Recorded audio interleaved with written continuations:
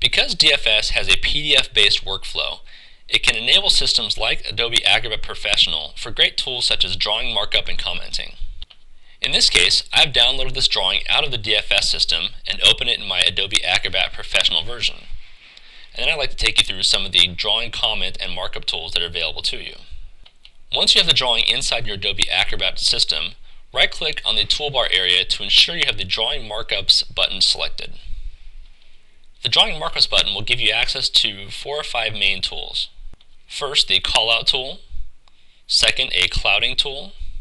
Third, a Shape tool, including arrows, rectangles, ovals, and free draw. A Dimensioning tool. And lastly, a Text box tool. Let's walk through some of the basics. First, let's select an area with which we want to do some commenting and marking up. The Callout tool will allow you to place a text box in relation to an exact area on the drawing. For instance, if I wanted to make a notation about these double doors here, I simply click on the area of the drawing where I want to make the comment. This will now provide me a text box pointing to a specific area on the drawing, and then I can just enter text into the field.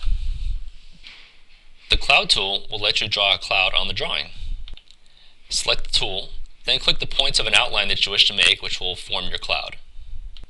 The Shape tool will allow you to add things like an arrow, rectangle, oval, straight line, or freehand draw with the Pencil tool. In this case, let's select Arrow and draw an arrow connecting these 2 points. You can also choose other shapes such as oval and simply drag and drop out a circle or oval on the screen. The Dimensioning tool will let you show a given area, which you click and drag, and then enter a distance for that area. Let's say it's 16 feet. And the Text box tool will allow you to drag out a text box area with which you can type into. This is different from the Callout tool in that the text box is not pointing to a specific area like the double doors here that I have selected. Now with these shapes, including circles, arrows, clouds, and dimensions, I can change the size and color of all the individual items. To do this, right-click on the edge of the individual cloud and navigate to the Properties area. This will allow you to set, in this case, a cloud type, whether it's dashed or solid. Change the color of the individual cloud, the thickness, as well as the ability to select a color that fills in the cloud itself. So that you don't obscure information in the drawing, you simply want to change the opacity by dialing down the bar to where you can actually see what is behind the individual cloud.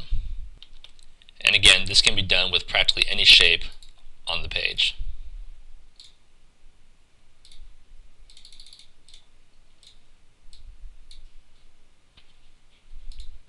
This also applies to text boxes and callouts. Simply by right-clicking and selecting Properties, you have the ability to edit information about this particular text box. Now, one last great tool for commenting and marking up drawings is the ability to add stamps to this document. Adobe Acrobat comes with a lot of preloaded stamps, but you can also create new stamps and add them to your library. For instance, when we select the drop-down here, you'll see some dynamic stamps. I mean, these are stamps that are for the area here, such as revised, reviewed, approved, but also include the name of the user and time and date of the stamp. You have generic sign here stamps, which can either be places for individuals to stamp or sign, and also including your own signature if you like.